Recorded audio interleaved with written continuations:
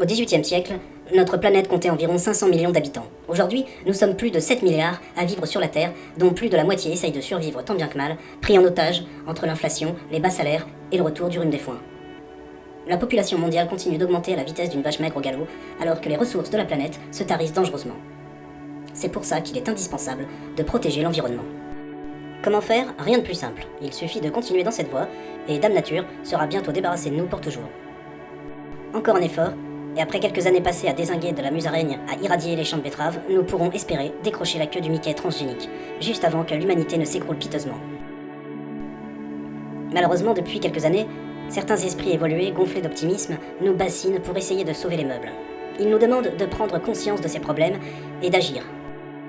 Comme si les gens avaient encore conscience de quelque chose, à l'heure de la psychanalyse pour Bichon Maltais et du retour des boys bands.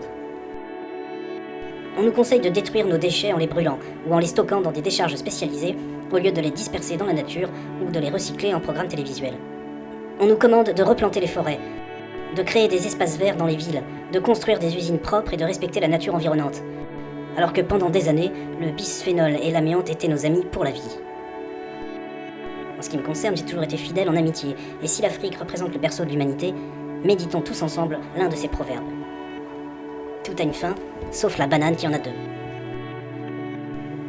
Et tant mieux, youpi, tralala. Alors oui, les hommes sont de plus en plus nombreux, pourvu que ça dure.